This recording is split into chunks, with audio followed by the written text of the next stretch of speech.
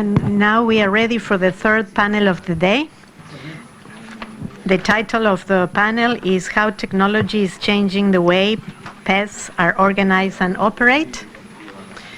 The moderator will be Nuria Simo Villa. Please welcome. I'll offer a brief introduction so that you know that Ms. Nuria Simo Villa is a national of Spain. She is the CIO and General Manager of the Department of Information Technology at the IDB. She has more than 30 years of experience, and she worked as a CIO at Campo Frio Food Group in Madrid, where she was responsible for the IT strategy, architecture, governance, services, management, and security. And she's going to introduce the next panel. Thank you very much. Good afternoon. I think technically it's good afternoon, so good afternoon, everybody. I'm delighted to have this opportunity to explore with this outstanding group of panelists how technology is affecting not only the labor market, but also the public employment services. So we have a frantic or a tsunami of technologies coming. We all know that: artificial intelligence, machine learning, automation, robotica, and many more, and even new methodologies like agile. And all this is affecting the public services. So we want to explore with them three trends today. The first one is how artificial intelligence and big data is supporting or is, let's say, helping to improve processes like matching, profiling, or performance management. The second trend is to explore how the automation of the robotization is helping to improve the processes of the agencies themselves. And the third one is how innovation, or how to stay abreast of innovation, how to anticipate what these new technologies and these new developments that are coming through innovation labs or through other environments. So having said that, I want to remind everybody that please prepare your questions in those little cards that Andrea is sharing with us. I'm going to introduce the panelists, and I want to remind you all that you have 7 minutes so that we have time for some questions. So let me start with Daniel Sanchez. He's the Vice Minister of Labor at Paraguay. He's very experienced, as you will see in his bio. Jorge Daniel Sanchez Montiel has 21 years of public service experience, holding the positions of Head of the Office of Account Control of the Financial Department and Administrative Director in the National Directorate of Health Surveillance, both dependent on the Ministry of Public Health and Social Welfare. Also, General Director of Communications of the Municipality of Asunción, Administrative Coordinator of the Presidency and Director of Communications of the Municipal Board of Asunción. Since August 2018, he has served as Vice Minister of Employment and Social Security of Paraguay. He has a degree in Business Administration and Marketing and has postgraduate studies in Public Management from the Catholic University Nuestra Señora de la Asunción. I'm going to stop here because your experience is very, very long. Okay, so we get started? ¿Ya? Bueno. Hola, sí. Buenos días. Antes que nada quiero agradecer la invitación y traer el saludo del Gobierno Nacional de la República de Paraguay, del presidente Mario Abdo Benítez. I would like to thank you on behalf of the President of our country and also the Minister of Labor greet you. I would also like to tell you how happy I am to be here at this event, prestigious event. When we speak of employment, this is an opportunity for us to debate about so many things. Where I'm from, we always speak about employment, about all aspects of employment. And so here at this location, it's great for us to have this opportunity, this venue. So ours is a new ministry. It's only been around for 5 years. That is the Ministry of Employment and Social Security. It has 2 different training institutions, SNPP. We also have a very clear understanding that we work in a tripartite way. The best decisions, as we see it, will result from there being agreement between the labor unions and the government as well as workers. So we have our labor mediation office as well as intermediation services, and that enjoys the full support of the labor intermediation effort headed up by a program which makes use of artificial intelligence, which is used at our employment office. Our services intermediate between supply and demand, between desires and expectations that the unemployed have, as well as employers or businesses. Currently, there are 1,400 people who monthly come to the Public Employment Service Office at the central headquarters as well as at the regional offices. When we took on this responsibility, we wanted to, we started with the central office, but now we actually have 6 different locations in the 6 departments or states, the poorest of the states in the country. And currently these offices in those states are already making use of our artificial intelligence tool. Now, this is a partnership between the Inter-American Bank and the national government. This is a political decision that has been adopted, and it's something that was not easy to arrive at. This is a national program, and that's how we approach it. It's not that the prior administration made a decision and the new administration came in and set it aside or sidelined it. This is something that, a banner that we all have taken up. And so the former Minister of Labor is here in the room, and we are able to debate on an ongoing basis the proper use of these different systems. But we have a easy name, para empleo, unlike the long name in Costa Rica. So imagine that you're on a beach, you're drowning, and there are 10 lifeguards that are trying to debate how to save the person who's drowning. And that's what we were doing. We were immersed in excuses and paperwork and bureaucracy and red tape, and we came up with this artificial intelligence system as an answer to that state of confusion. So this artificial intelligence system, first, we are a pioneer throughout Latin America, and this provides swift solutions, not just for the unemployed, but also for businesses that need a solution whereby they can fill their vacancies as quickly as possible. So how does it work? Well, first, I should say it's free of charge. Then the businesses match people's abilities to their needs.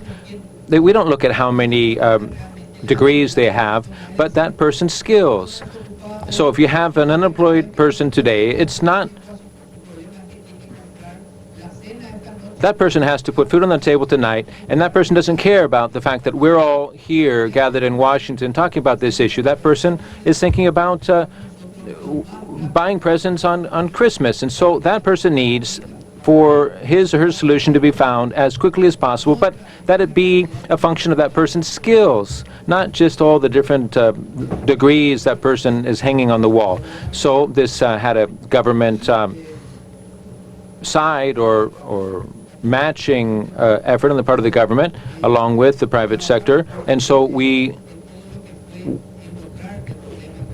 focused our efforts on diagnosing the problem, re-engineering the General Employment Office and the Social Security Office. So we overhauled those institutions, and in so doing, we identified a number of problems, and we tried to really nail down that which unemployed Paraguayans actually needed. Oftentimes, we have to ask ourselves if the degree of unemployed were actually how many people that we saw reflected in the statistics of our national statistic organization, or the people who actually go to the unemployment office. Perhaps only 5% of the overall unemployed people is how many are showing up in our offices. Only 18,000 people have actually come to this general unemployment office seeking solutions through this platform. And I would like to say something else. It's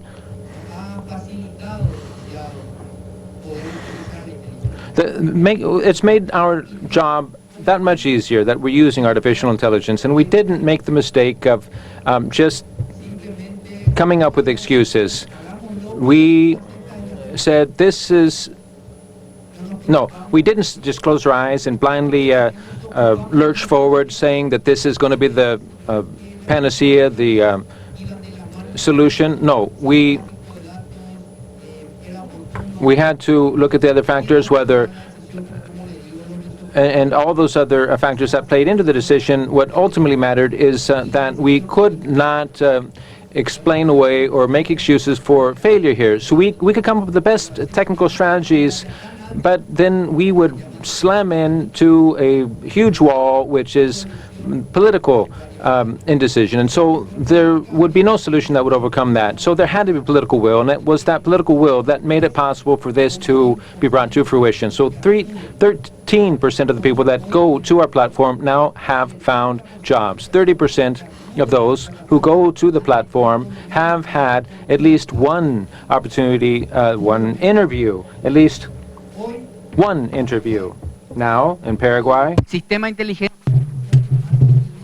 the AI system that is used the most is the tax administration's AI to verify tax payments, and our platform is now in second place.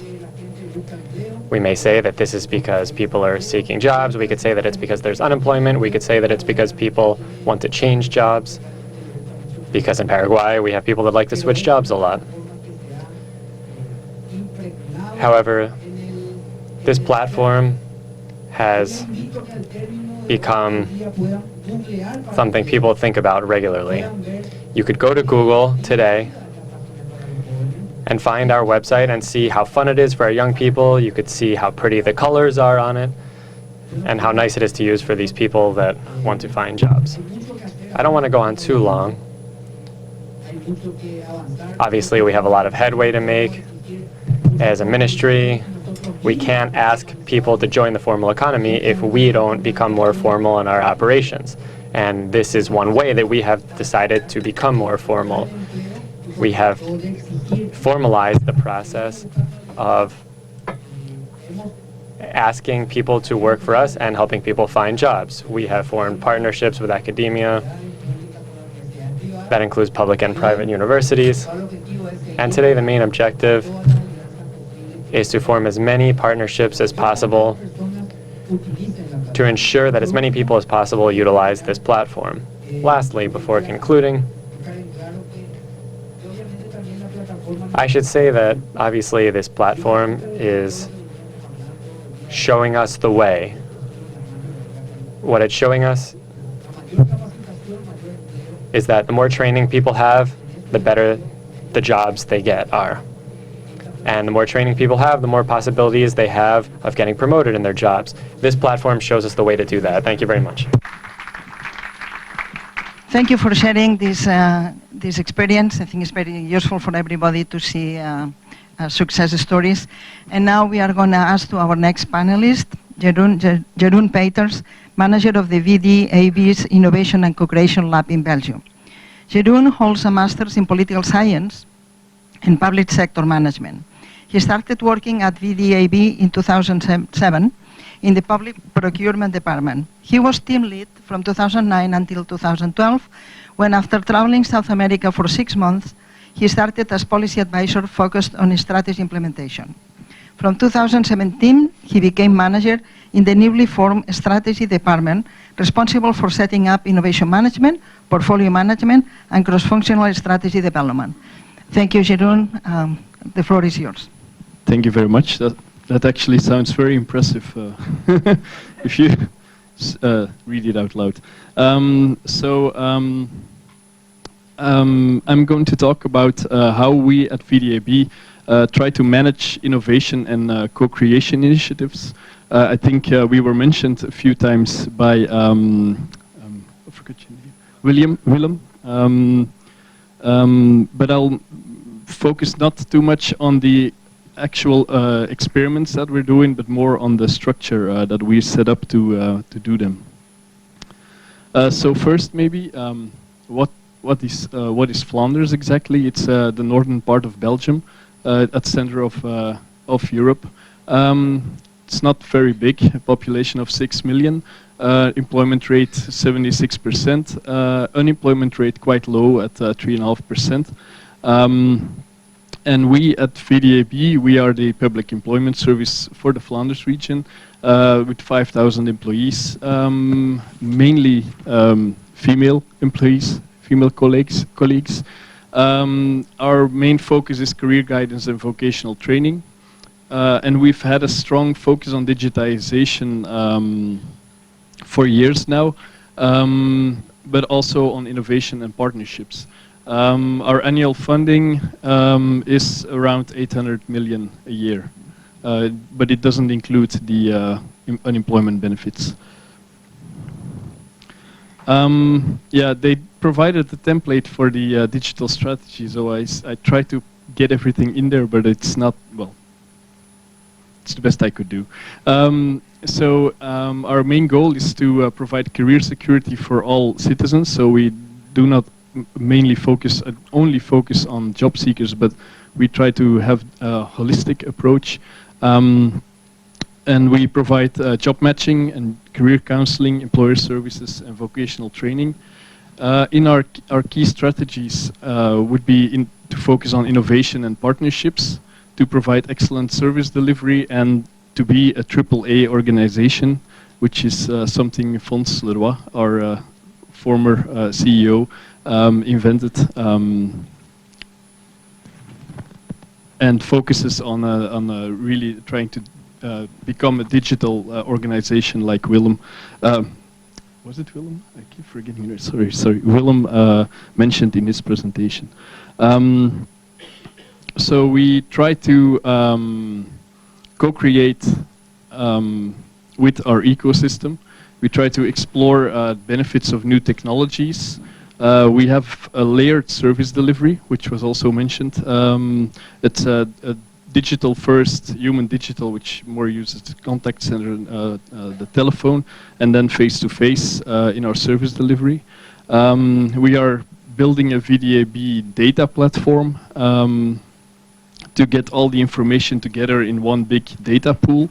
And we actually reformed our teams towards business sectors, economic sectors.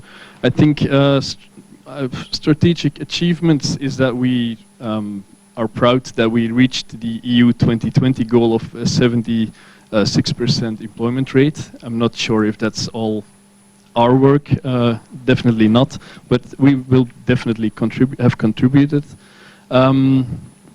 And more of an operational achievement, I think our investments in technology and in our new structure and the layered service delivery helps us in assessing job seeker needs a lot faster than we used to do. And also there are more clients in personal guidance now than there used to be, because we are succeeding in reaching out to them better. Big challenges though, mentioned a few times already. Yeah, business IT alignment, a lot of initiatives going on, a lot of wishes from business and difficulties from IT in structuring databases and everything. We're having a hard time managing the organizational change and how it impacts our workers, our employees, because there's sometimes a skills mismatch in our employees. So we already noticed that we have a lot of administrative profiles in our organizations, and we have less administrative work. So it's a difficult situation right now. I was asked to focus on the innovation labs we set up.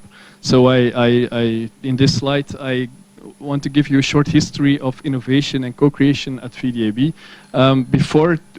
This is really fast. Before 2012, we had some apps and innovative stuff, but nobody used them. So what we launched was the VIC initiative, which was to co-create with youth, with youngsters, user-centric digital tools in a lab context. And what we noticed was that afterwards nobody used them. So one of the things Willem also said is that we didn't think through how we would market them and how we would keep them up to date and keep them so they were on the platform and they were very good, but still not used. So we drew a lot of lessons from this platform, and we tried to develop a new approach, which I'm going back to the earlier slide, which we split up in two initiatives. So we have more of an IT-focused innovation lab, doing experiments based on technology, and we have what we call the workout room, which is more to try to attract innovation from the ecosystem around VDAB and to detect new upcoming organizations or startups of initiatives. And to manage those, we have an innovation board, which is a board of our working group of our board of management that actually steers and gets fed by the other two labs to get a good insight in how technology evolves. And I can go through them really quickly though. Because I've said most of them. So maybe some of the results of innovation is a few of our applications that we developed, and they answer a lot of questions that were mentioned before, like how likely will a newly registered job seeker find a job within a reasonable time frame using AI. Job bereik, which professions are within reach for someone with my skill set, so to broaden your search. The competentiezoeker translates, it uses text analysis to translate free text into something that we can use to actually match vacancies to this free text. And JobNet is actually an AI application that makes suggestions from different approaches for similar vacancies or candidates. So, thank you for your attention. Dank u wel. Okay, so now we are, thank you for sharing also what didn't work. I think it's as useful to share success stories as not so good. If you could move over there, thank you. So now Gregory Golding is head of Job Tech, the Swedish Public Employment Service initiative to create and develop a digital infrastructure for the Swedish labor market. He has a long CV also, but he asked me to give him the time for the presentation instead of for the introduction. So there we go. Great, thank you very much. So yesterday it was the Swiss coma, so we'll see how well you can listen now when everyone's starving and wanting to eat lunch. So I'm going to be speaking very briefly about the Swedish Public Employment Service, but I'm going to go into a bit more detail in the area that I am responsible for, Job Tech, which is essentially a digital infrastructure for the labor market's ecosystem in Sweden. So the Swedish Public Employment Service, we're about 11,500 employees. About 66% of those are women and about 44% men. We have an annual budget of about 7.9 billion Swedish crowns, which is about 800 million US dollars. And for IT and the digital reformation that's occurring within the Swedish Public Employment Service, the budget is about 1.9 billion Swedish crowns, or about 200 million US dollars. Of course, the budget is exclusive the expenditure for government policies and programs and unemployment insurance. I can skip that. So this is just bit of the digital initiatives that we've been working with. Of course, the main initiative is to actually reform the public employment service with a number of platforms. This is just a view of some of the things that have come out of that reformation, the services that are being offered. But as I said, the main point is to talk about the digital infrastructure that we are establishing in Sweden, which gives access to a huge amount of data and gives the opportunity for other companies, startups, other government authorities, and even international countries to build digital solutions on the infrastructure that we provide. So JobTech is a division within the Swedish Public Employment Service. We're a fairly small unit. We're about 40 people, mainly data scientists, back-end developers. And the idea we work with is what we call an MVI, minimum viable infrastructure. So we try to work as fast as possible, making as many mistakes as we can to try and kill our own ideas, to see what actually works and what actually creates value. It sounds crazy, but it actually works. We work from a concept which we call lean startup, or agile, lean agile, and it's in collaboration, of course, with a number of other, both private and public companies.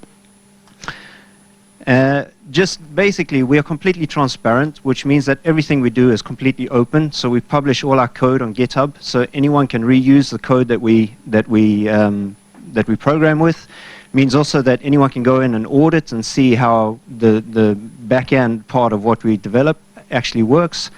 And it also means that we open up for a huge amount of collaboration. Maybe we are maybe 800 or 1,000 maybe developers in total in the Swedish public employment sector, but internationally there's maybe 20,000 really clever, dedicated programmers that really want to have access and want nothing more than to develop society. So by opening up and creating a transparent ecosystem, we invite others to, of course, develop and give feedback on the things that we create. Very briefly, we've gone from a transformation perspective, we've gone from the idea of breaking down silos. So we have, for example, employment officers who sit with a lot of information, a lot of data, to going to creating empowerment for the citizen, where they have services that they can go into digitally, and they can create their own solutions, of course, to now establishing a digital infrastructure for the Swedish labor market.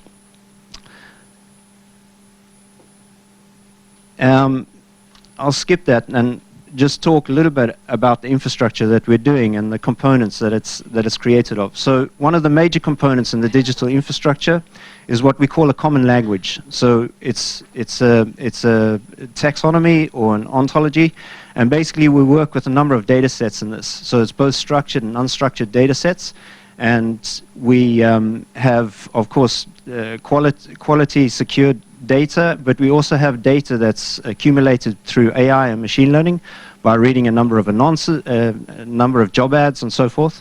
So that's one of the main aspects and the foundational blocks of the infrastructure, to create an open data set in terms of taxonomy that anyone can use. The next level has to do with data, and we've broken up the data into two main parts. So it's essentially data that comes from employers and data that comes from the individual. So we now have, so for example, LinkedIn in Sweden, more than 80% of their job ads come from our infrastructure.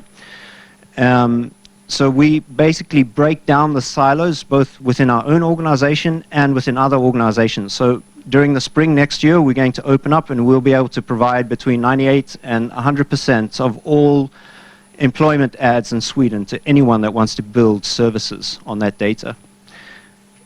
We are also working with gig platforms, so we call it open platforms, where we open up the various platforms and the reviews and ratings, but that's more to do with the citizen side of the data. What we're working with on the citizen side with data is an infrastructure which I think really the philosophy comes from Finland. It's called My Data, which essentially gives the citizen the right to control and to own and to have better access and insight into how their data is used. And for me, it's a really fascinating area. So what we're doing with this is we're essentially concentrating on the job side of this, and by December this year, we'll have the first MVPs out in production. So essentially what we do is we give the individual the possibility to transfer their data between platforms. And this, of course, is highly sought after, especially with people that need to search for multiple jobs across multiple platforms.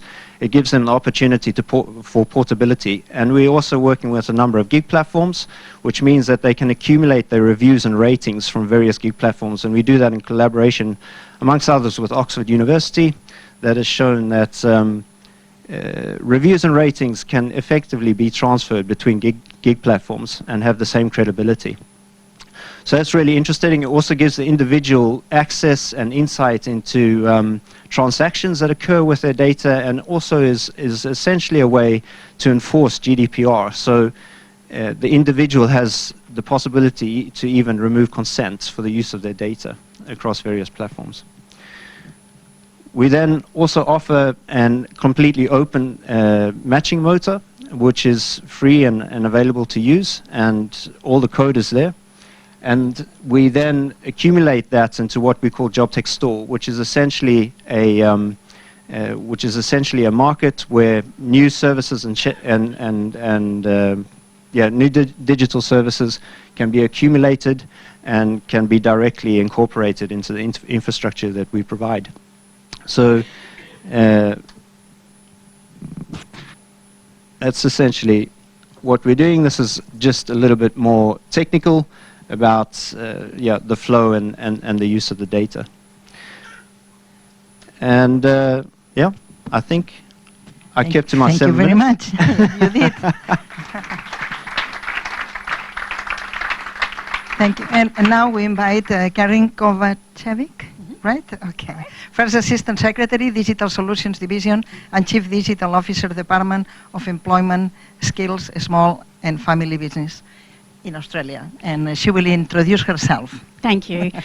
Thanks for getting through that difficult departmental name. We were, up until a little while ago, called the Department of Jobs, but we're now the Department of Employment, Skills, Small and Family Business, because we've recently, in May, had a change of Prime Minister, a newly elected Prime Minister, who decided that we should have some machinery of government changes, and that resulted in what is the VET and skills component of the Department of Education moving into the Department of Employment. So if we think about the conversations we had yesterday, it all becomes very relevant. Obviously, without the skills, you can't get the job. So now we're all in the same department, which hopefully will make life a lot easier.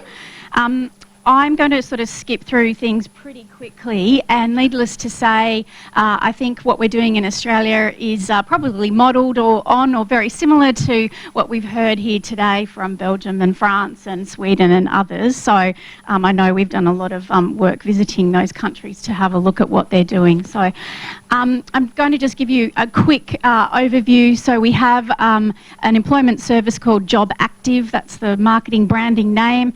It manages, at the moment, around 650,000 job seekers that are sitting on the caseload, but every year there's about 1.4 million job seekers who go through this service. The 650,000 kind of represent the caseload that's been sitting there for quite some time, so generally the job seekers who are a bit harder to place. There are two other employment services in Australia. One's called the Disability Employment Service. There's about 200,000 job seekers who obviously have disabilities and receive a slightly different service. We also have a remote job service, so that looks after mostly Indigenous job seekers. There's around about 100,000 or a bit less than that Indigenous job seekers who are located in what are very remote areas of Australia. So I'm talking about Job Active today. We've had just over 1 million job placements since this program started in 2015. It's delivered in 1,700 sites across Australia. So there's about 20-odd thousand provider staff who are managing this program. In Australia, the service is contracted out to private sector employment organisations, but the program itself is managed and administered by the government, and over $1 billion a year. In 2018, the government decided that we needed to do something different. The current program is performing well. It's performing better than the previous program, but we know that there are still lots of opportunities to do things differently. The government established an expert advisory panel. They put together this report, I Want to Work, and essentially made a number of recommendations. The panel was made up of people from the private sector, employers, providers, job seekers, etc. So this co-design principle started a year or more ago. The vision for the model, I won't sort of read them all out here, but you can see at the heart of it, digital needed to become much more prominent in the delivery of the service, and that would ultimately hopefully provide a better service, cost savings, reduce red tape, etc. So I'll kind of skip through all the other pieces. So what we're doing now is trialling what that new model will look like. So the new model was going to start in 2020. The government decided we're not ready, we haven't got it right yet. We're going to push it out to 2022. So we have the rare luxury now, I'll call it a luxury, of being able to test and try out elements of this new model and, of course, the digital platform that will underpin it. So we've got 2 years to do that. The new model, similar to Belgium, we think, and we've started trialling this, will have 3 components: digital first, digital plus, and enhanced services. I'll let you sort of read through that, but it makes sense, I think. Digital first, clients, job seekers in that group will only be serviced through a digital platform. They will have no assistance from a provider. Those in Digital Plus are identified as being essentially job ready, what we call job ready, so they'll use the digital platform also, but they will have access to services and assistance as they need it. And then, of course, the enhanced service stream is for those job seekers who have disadvantages or barriers and need more assistance. They will be serviced by a provider. We have a sophisticated online profiling tool, similar to what we've heard here today, which determines which stream the job seeker will go into. The whole idea here, of course, is that under the existing model, we know that a very large portion of job seekers are getting their own job. So they're doing that on their own without the help of the provider, yet we're paying providers a whole lot of money to service them. So that money will be taken out of those streams and put into the enhanced service to provide a much more tailored, targeted service. We're running 2 models, 2 trials at the moment. The first one started a year ago. It's called the Online Employment Services Trial. By 2022, 100,000 job seekers will have been randomly selected across Australia to participate in this trial. Online service only, using our existing digital platform. They're in this service for 6 months, and if they don't get a job within 6 months, they move into the existing mainstream service. Early results show us that the service, or the outcomes I should say, are as good as, if not better, than what we call the control group, so those that are sitting in the current service.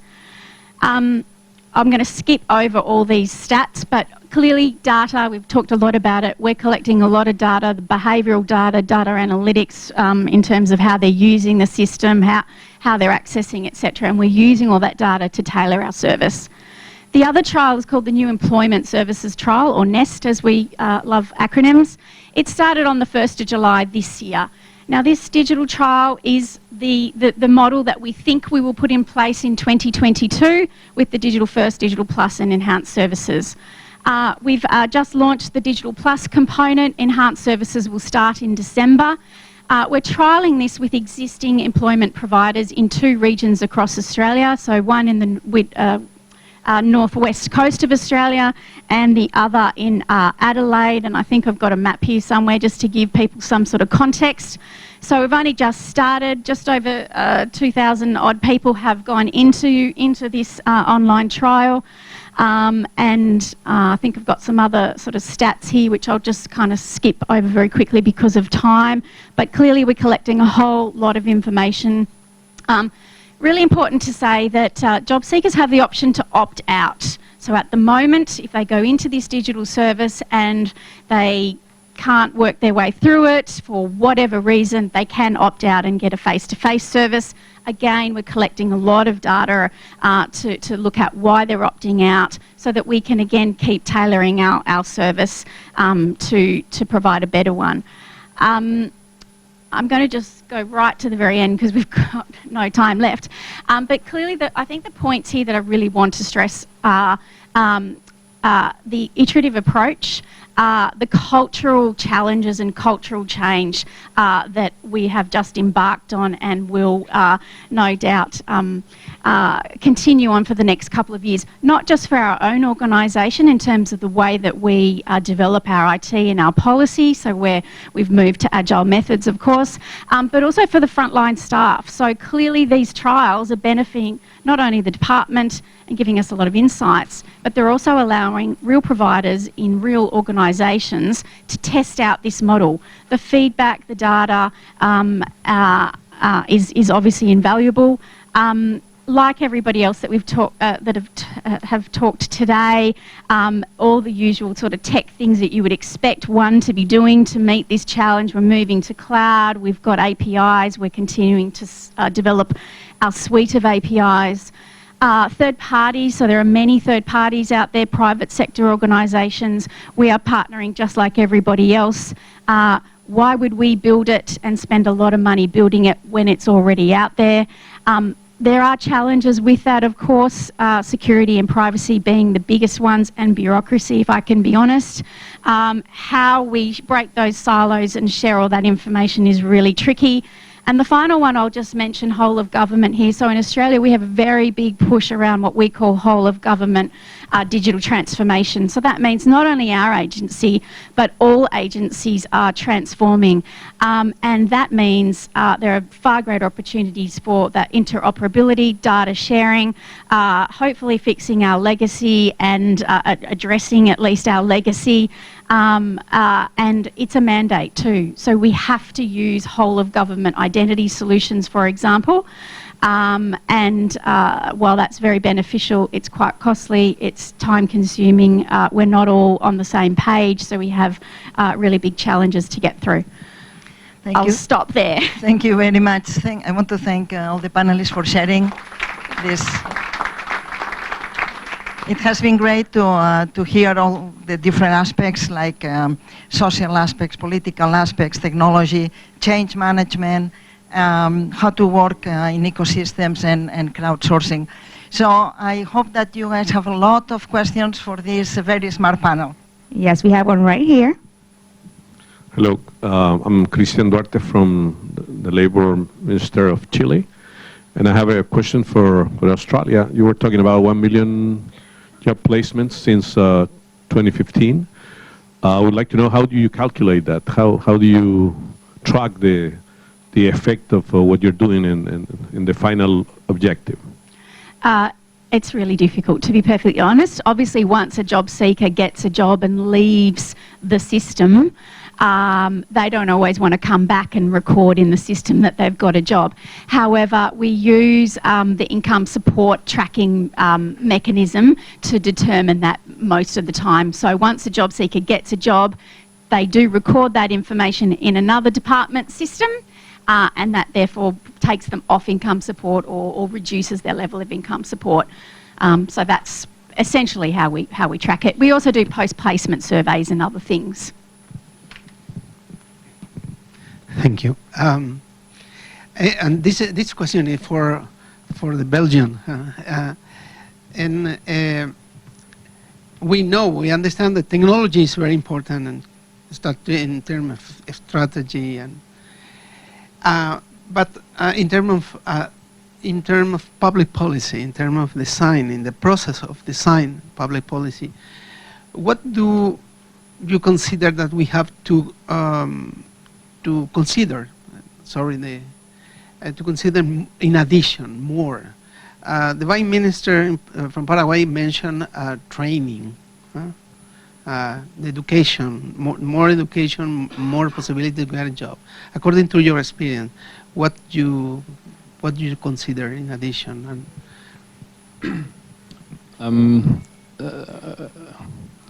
So the question is, what do governments need to focus on more, or do I? The design.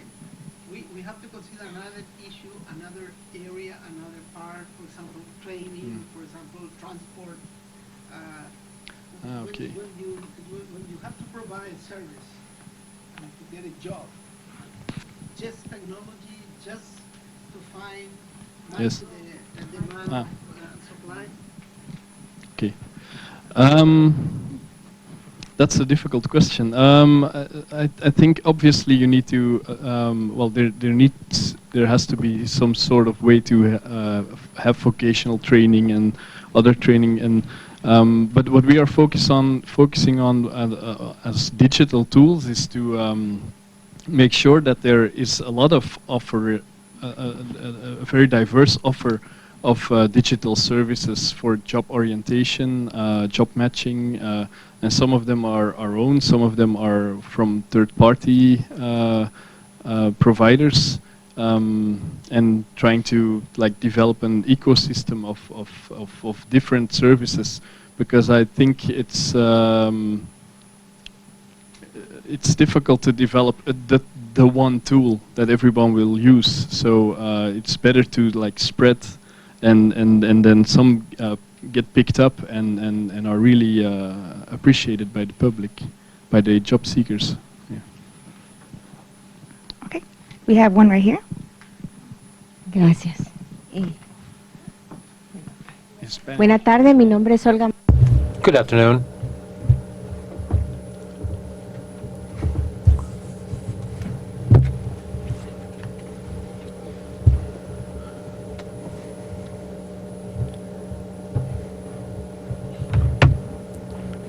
I'm Olga Mata, the General Director of Employment for the Ministry of Labor of Guatemala.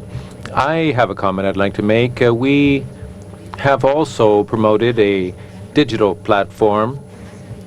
It's more user-friendly, more innovative than the one that we had. However,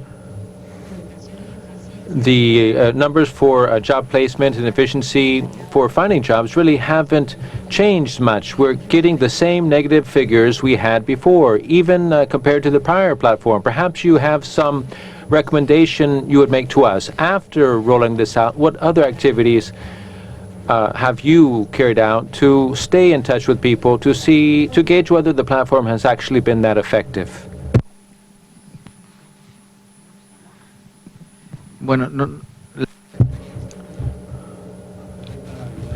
Paraguay's experience has been that it's taken 3 years for us to put this architecture together. When the new government came into office, we were very pleased to see that it hasn't been thrown out. In fact, they're still working with the prior minister. So I think the experience, when you're making use of artificial intelligence, you have to take the plunge and decide that you're going to go forward with it. We've only been at this for 8 months now, and the results have been quite positive. I believe, from my standpoint, based on Paraguay's experience, it all comes down to having a good communication campaign, good partnerships, but mostly not making excuses for there being political will, a political decision to forge ahead. Otherwise, time is lost, days go by, and unemployment is going to stay at the same level. It might rise, it might drop, but ultimately, I think once you've made the decision, you've taken that plunge, well, then you just have to forge ahead no matter what. Gracias. Natalia from Costa Rica. Now, I understand that in our countries, we also have some gaps about which we've spoken here, not just in connectivity, but also access in our regions, and also the degree to which the population is actually working in the digital world. Many of us are still in the analog world, especially young people living in the rural, far-flung areas. And then you have the indigenous populations. So all that taken into account and understanding that this is a nationwide issue, access technology has to be rolled out nationwide.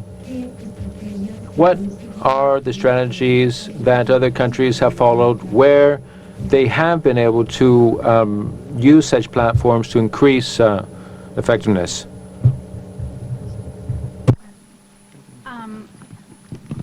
I think just in terms of your question and the previous question, I'd just add that that obviously promoting your platforms is an ongoing piece of work. So we use social media extensively. We have YouTube, Twitter, and all those usual platforms to constantly engage. It takes a team of people to create really engaging material to keep users interested. And we also do a lot of nudging of our users as well. So through SMS messaging, for example, we're constantly what we call nudging job seekers, reminding them of the things that they can do or the things that they can access. In terms of the second part, or the second question there, in terms of availability or access to online systems, it is a challenge in Australia as well. As I said, we have some very remote areas and hundreds of thousands of job seekers who perhaps don't have access to the internet, and that's why we have a combined service. So while we are pushing as many people as we can, so those that are ready and have access onto a digital platform, we recognise that not everybody will be able to do that. So we still maintain face-to-face services and centres for those people. So it's a combination. I don't see that probably ever going away entirely, but having that sort of combined model where they can access some digital and face-to-face if they need to. I think the Vice Minister wants to give also an answer. Sí, existe la... There is a gap. There is indeed a gap. But you can also say it doesn't exist. So, as I see it, as I said, what we can't do is just sit back and keep watching whether this or that public policy is working and to hear what people say is happening. Now, that's what happened in Paraguay. There was someone who was being overwhelmed with bureaucracy, red tape, and then you had, like I said, 10 or 15 lifesavers trying to debate a solution to help that person drowning in red tape. And so a decision was made together with the IDB, finally, in which we came up with this artificial intelligence platform, and we're moving forward with it. In 2 years in Paraguay, 98% of the population within 2 years will have access to the internet, at least via their cell phone. So this is work that has to be done right now. We have... We're going to take... There's actually one clarifying question that came up, just for while we're still here. I hear experiment often used. Where is this money coming from? So throughout the presentations and dialogue, we've heard the word experiment. Do you guys want to expand a little bit of what that is to provide some context?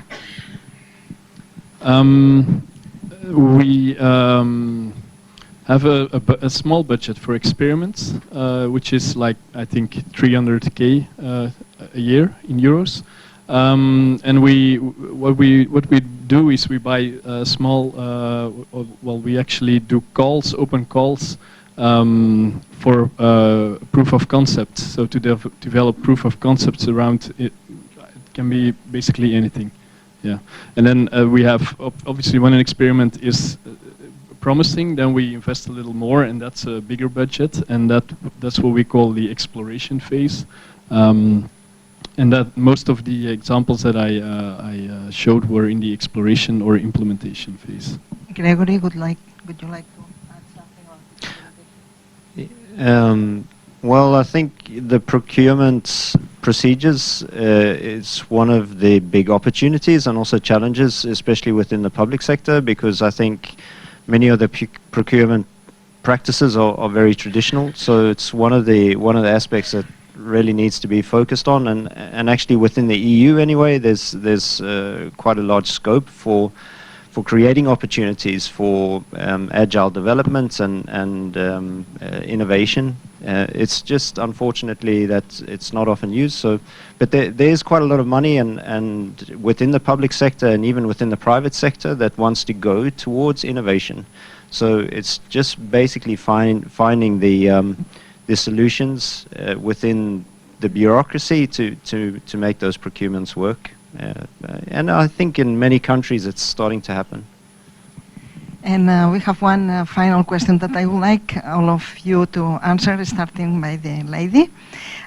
Based on cloud service and third-party services, what has been your experience in procurement of those services, which touches a little bit on what you were saying? Procurement. Again, if I just go back to whole of government, so in Australia we have a digital transformation agency. Part of their role is to develop not only digital policy, but also make procurement easier. So we have what we call a digital marketplace. They've been able to broker deals with large organisations, and so all agencies then benefit through a more streamlined procurement process, but also hopefully a better sort of financial arrangement as well. So that's the way that we're moving. Things like cloud has been traditionally more expensive, so there's been some resistance within government to sort of move completely, but things are becoming more economical, I'll say, as we go. Jeroen? I'm not sure I can answer the cloud question. Don't worry, if not, you don't. Don't worry. Yeah, I think what was said earlier, that the legislation allows for a lot of smaller innovations. It's once the budgets get a lot bigger, then it's more difficult to be very innovative. But the Flemish government has set up an initiative a few years ago for promoting innovative procurement methods, and we are looking into those also, but they are still quite like bureaucratic. So at the moment we just keep the budgets really low, and then you can use more flexible methods. Yeah, so I think one of the main difficulties, and it's a debate that's ongoing now in Sweden, is I think the risk of creating what I call fake markets. So there's a lot of money within the private sector to, of course, stimulate in the public sector to stimulate job seekers and so forth, and I think it's important that you don't create a fake ecosystem. So that's one of the initiatives that we have with JobTech to try and stimulate the private sector to actually make services that are self-sustaining rather than being reliant on the public funds that come from the Swedish Public Employment Service. But there's always a risk when things become privatized that it becomes sort of like a fake or a facade of a market, and I think that's always a risk. So I think the area of procurement is a science in itself. I don't think that we found the optimal solution to it, but I think that we're trying various things to find a solution. If we find the answer, we'll share it with everyone. Bueno, The national government has a digital strategy, which is carried out by the Labor Ministry through the General Employment Office, and artificial intelligence was used to fill those requirements so that we wouldn't depart from our approach. And so, as far as paying salaries, and when people have to pay their bills, sometimes they do so reluctantly, but we see paying our bills, so to speak, as an investment toward solutions. Now, for next year's budget, for example, there was no questioning whether this should be used or not, because we simply stuck to what we promised. 8 months on, since we have the platform working, we have yet to receive a single complaint. We have had people ask us about how to use it, but we were able to immediately answer those questions. Merci beaucoup, madame. Je me représente, Brimadouari Sylvie, chef du département coopération, migration, ANPE Mali. Je suis désolé, hein, j'interviens toujours sur le tas, ce qui a fait que hier, ma question n'a pas eu le temps nécessaire d'être répondue. J'espère qu'aujourd'hui, les éminents pénalistes qui sont là vont apporter de meilleures réponses à ma préoccupation. Nous sommes une agence d'un pays du Sud, le Mali. Nous n'avons pratiquement pas les mêmes moyens que beaucoup de nos collègues ici. Et donc, la digitalisation est à une phase de démarrage chez nous. Notre plateforme que nous avons dénommée Bara, Bara en Bambara, en langue nationale malinké, ça veut dire travail. Donc, a été lancée seulement le mois d'octobre dernier. Mais le processus a pris tellement de temps parce que l'ensemble de nos partenaires n'étaient pas convaincus du système de sécurisation. N'ayant pas les compétences requises en notre sein, nous avons été obligés de faire appel à un prestataire extérieur pour le logiciel. Aujourd'hui, quels sont les conseils que nous pouvons bénéficier de la part de tous ceux qui sont là, de tous les services publics d'emploi qui sont là, et également solliciter leur accompagnement, parce qu'aujourd'hui, la digitalisation, elle n'est plus nécessaire, elle est impérative pour tous les services publics d'emploi. Merci beaucoup, madame. Who wants to... Thank you, guys. Do my All best right, so to we're going to get that interpret. translated so everyone can hear the question, and then you guys can answer. Thank you. I'm from the ministry, partial title is Cooperation from Mali, and I was very sorry that yesterday there was no time to really answer the question that I had, and I hope today that there will be time for a better answer to my question. So we are an agency from the south, from a southern country, and we cannot count on the same means that many of the countries here have at their disposal. In our case, digitalization is not just a hope, but it's an absolute necessity. Only recently, in the last October, we created a platform called Bara, from Bambara, which is the Malinke word for work. The procurement took so much time, and the partners were not convinced by the security of the systems, so we needed to call on an outside software company to help us out. How can we benefit not only from the experience of other countries here, but from some type of financial support? This is a really critical area for us. So, let's see.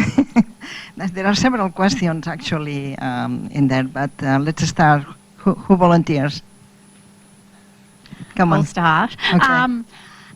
Look, I'm not sure that I have an answer to the financial piece just yet. I'll have to think about that. But what I would say is that, I don't think you're alone when it comes to security requirements and assessments. We all, I'm sure in this room, face the same challenges. We want to be innovative, we want to experiment, we want to do the latest, greatest thing, but we need to make sure that we also keep our citizens and our program data safe and secure. That's hard, though. This kind of contradict each other at times.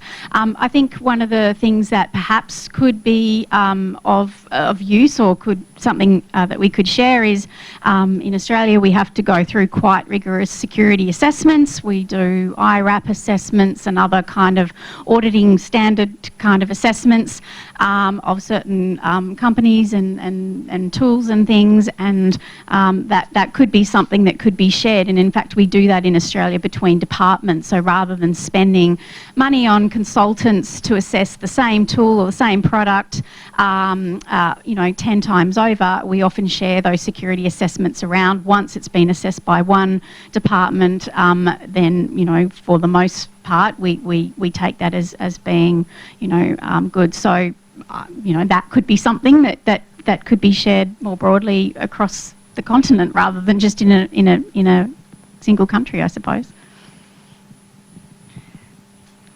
You want to volunteer?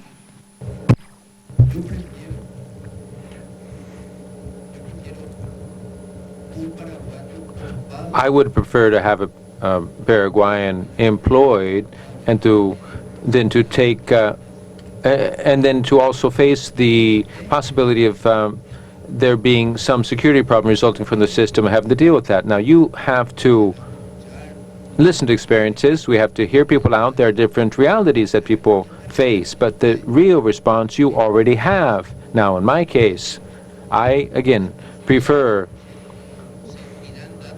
the data security problems that may arise and complaints to that effect, but that is the cost I'm willing to pay if I can employ people.